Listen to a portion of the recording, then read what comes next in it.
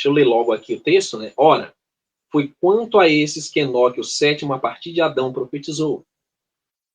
Eis que vem o Altíssimo com milhares de milhares de seus santos, a fim de executar juízo sobre todos e convencer a todos os ímpios de todas as ações malignas que cometeram e de todas as palavras insolentes que os pecadores incrédulos proferiram contra ele. Tais pessoas vivem murmurando e se queixando, dominados por seus próprios desejos impuros. Sua boca proclama arrogância e usam de adulação para conquistar seus objetivos. Exortação. Aqui estamos falando de Judas, capítulo 1. Então, isso foi profetizado. Agora, onde foi escrito na Bíblia? Porque ninguém leu na Bíblia. O Altíssimo virá com os seus santos, né, fazer justiça. E mais uma alusão da Escritura aqui, como nós temos o cânon bíblico ao livro de Enoque. Livro esse, Samuel, que tem que ser rasgado para quem não quer crer na cosmologia correta da Terra. Outro campo de discussão incrível, né? Que está aí ocorrendo. Tanto é que o sistema está louquinho aí para acabar com o movimento Terra plana justamente por isso. Que é uma pedrinha no sapato deles para o grande engano alien que está chegando, né? E a questão, Samuel, também, que Enoque é um profeta messiânico. Toda a linhagem dele é vamos dizer, é uma peça fundamental de toda a revelação que foi dada pelo Pai, né? Desde o princípio. Então é um elo, lembrando daquela série sua lá, o Elo Perdido, né? É uma peça, vamos dizer, é um elo dessa história, desse quadro completo que explica por que o Criador mesmo ontem, hoje será para todo sempre. Não há sombra e mudança de variação, é o mesmo. Então quem está pregando por aí que o Deus do Antigo Testamento é outro, está redondamente enganado. Está fora da realidade. E quanto a essa questão do sétimo, né, Samuel? Gostaria até de saber teu ponto de vista, irmão. Eu compreendo, meu irmão Neemias, que inclusive há segredos assim, muito grandes na Escritura. Alguns, às vezes, eu entendo em não compartilhá-los pelo tipo que mesmo que às vezes eu adquira um conhecimento, eu olho assim e falo, pai, mas se isso estiver correto, eu prefiro guardar para mim. Mas assim, uma coisa que é importante, esse 7 ele tem realmente uma conexão muito importante com as questões do padrão de Deus. Eu compreendo que nas regiões celestiais, o Eterno ele faz a distribuição de hierarquias dele num Shabat, num dia que a gente chamaria de dia macro espiritual sétimo, né? Onde ele sempre pegaria fluxos ali de tempo, onde ele distribui suas hierarquias, todas essas coisas. Então sempre no 7 há um tipo do quê? De entrega de hierarquia, de posição. Então eu entendo que os seres celestiais eles podem subir de hierarquia, receber algo, e compreendo até de uma maneira muito profunda ali, de acordo a certos textos bíblicos, que certos tipos de seres celestiais seriam selecionados para um tipo de expansão do reino espiritual do Pai, nesse Shabat. E eu entendo que qual é o maior herdeiro e símbolo de tudo isso? Jesus, né? Yeshua. Yahushua, ele é aquele que é o grande herdeiro, e por isso ele tem os juízos do Pai foram sempre vinculados a essa questão do 7.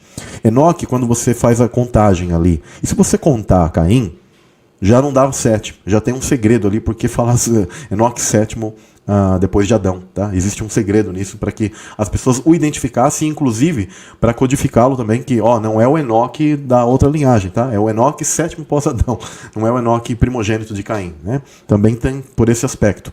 Sem contar que o livro de Judas ele é tão interessante que quando você vê ali no início, tem uma parte que diz assim, porque se introduziram alguns que já antes estavam escritos para este mesmo juízo. Preste bem atenção nisso aqui, irmão.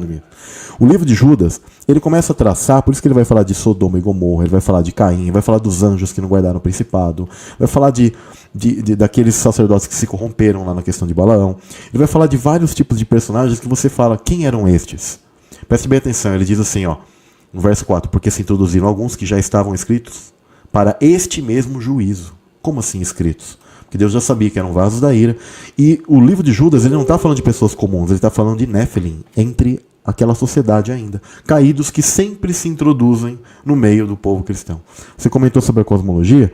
Graças a Deus ela é uma peça fundamental que muitas pessoas estão despertando para isso. Mas, tristemente, vocês têm que ficar de olho, pessoal, porque tem pessoas também que são do mal e estão pegando a cosmologia para querer ensinar também de terra plana, coisa do tipo, só que são pessoas que servem ao mal, negam as escrituras, odeiam os mandamentos, odeiam aquilo, a instrução ali que o Eterno deixou para nós. Então é a mesma coisa. Então vocês têm que saber, digamos assim, filtrar tudo isso, né? Então essa questão do sétimo ela é muito importante. E interessante que é tão paralelo as coisas.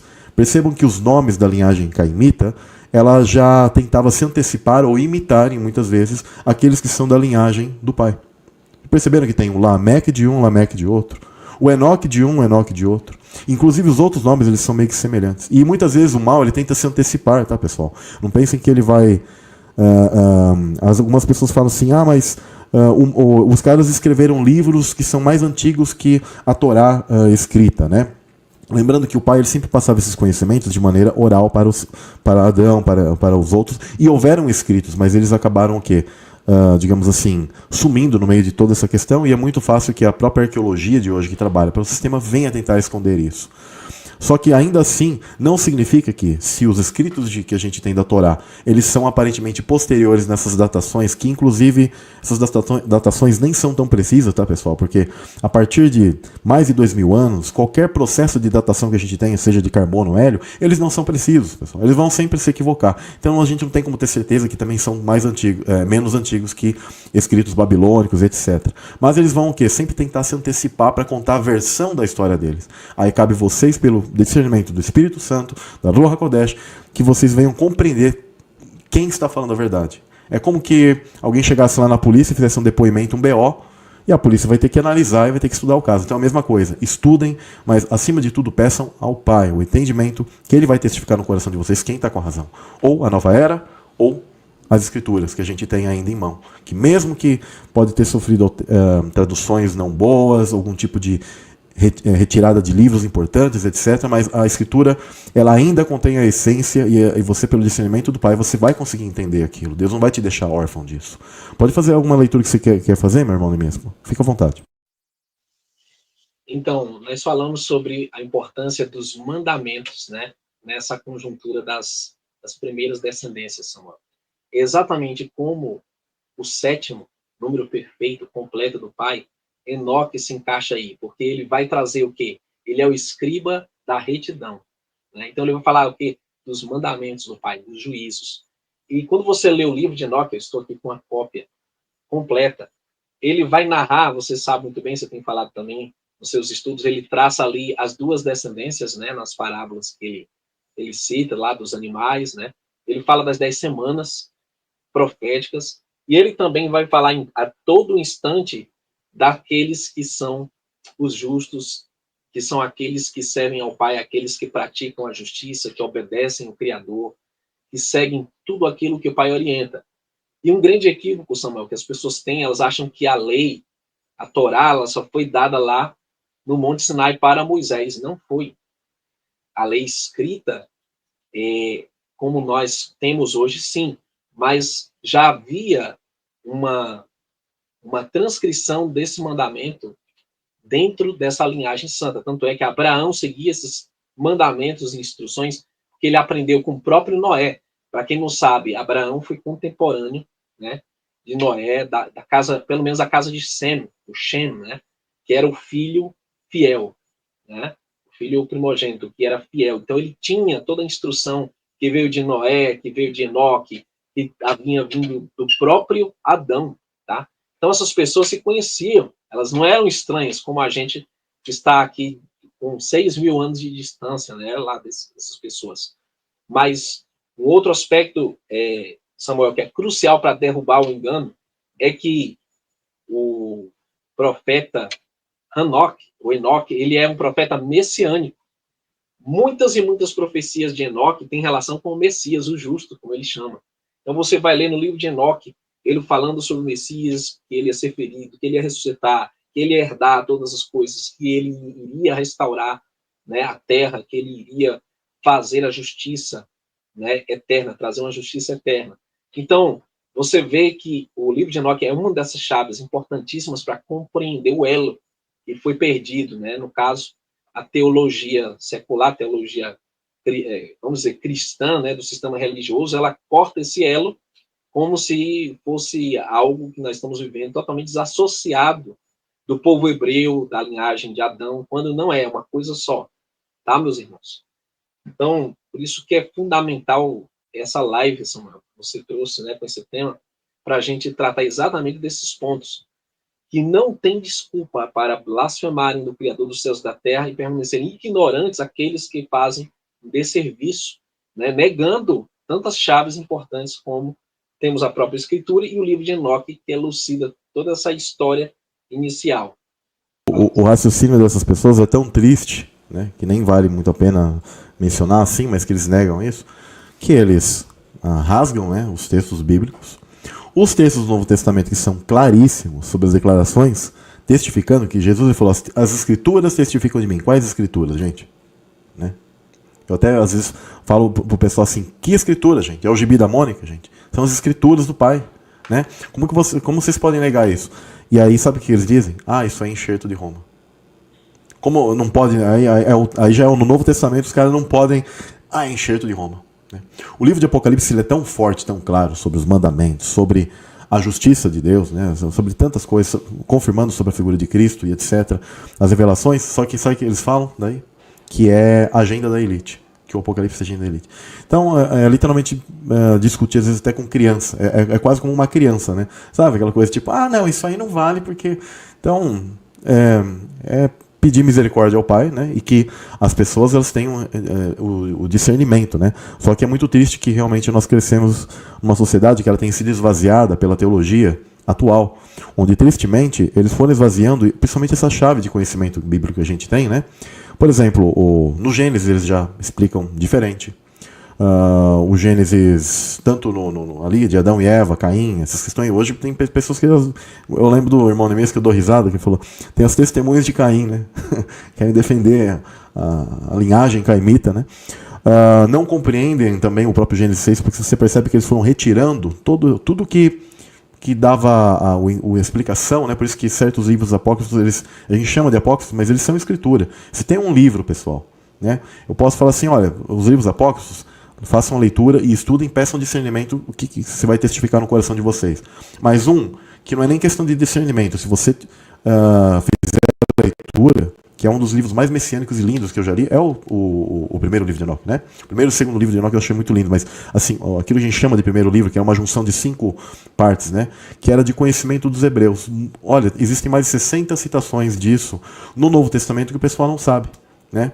O perfume de Cristo, o Filho do Homem, tantas coisas, o livro de Judas ali confirmando, né?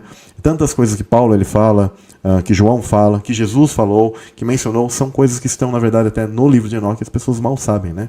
E desprezam. E lá tem chaves importantes para a gente entender dessa linhagem, da existência desses caras, né? Então eles foram tirando isso. Quando chegou lá em Agostinho, ele pegou e falou assim, não existe isso que os anjos conceberam e tal. Então eles retiraram isso da igreja e cada vez mais ficou longe do entendimento dessas linhagens paralelas. Então todas as outras parábolas e outras coisas ficaram quase que no abstrato na explicação do teológica para as pessoas, então se perder esse entendimento. Por quê? Porque a linhagem quer se esconder, né? Triste verdade, né, meu irmão? Para corroborar com esse engano final que está aí chegando. Nesse texto aqui nós temos, antes de todas estas coisas acontecerem, Enoque esteve escondido e nenhum dos filhos dos homens sabia onde ele estava, onde ele havia estado e o que havia acontecido. Ele esteve totalmente engajado com os santos e com as sentinelas em seus dias. Eu, Enoque, fui abençoado pelo grande, altíssimo Rei da Paz. E eis que as sentinelas chamaram-me Enoque, o escriba. Então o Altíssimo disse-me, Enoque, escriba da retidão, vai e diz às sentinelas dos céus, os quais desertaram o alto céu, seu santo e eterno estado, os quais foram contaminados com mulheres, e fizeram como os filhos dos homens fazem, tomando para si esposas, e os quais têm sido grandemente corrompidos na terra, que na terra eles nunca obterão paz e remissão de pecados, pois eles não se regozijarão em sua descendência. Eles verão a matança dos seus bem-amados, lamentarão a destruição dos seus filhos e farão petição para sempre, mas não obterão misericórdia. Veja a triste resultado, né? Próximo slide diz: Quando Enoque completou 65 anos, essa aqui é a escritura, gerou Matusalém. Depois que gerou Matusalém, Enoque andou com Iarro, mais 300 anos e gerou filhos e filhas. Toda a duração da vida de Enoque foi de 365 anos. Enoque andou sempre em comunhão com Yahuá, e um dia desapareceu. Porquanto Yahuá, o Criador, o arrebatou. Gênesis 5. E é incrível, né? Ele é aquele que até hoje ele não foi morto, ele está vivo, nunca passou pela morte.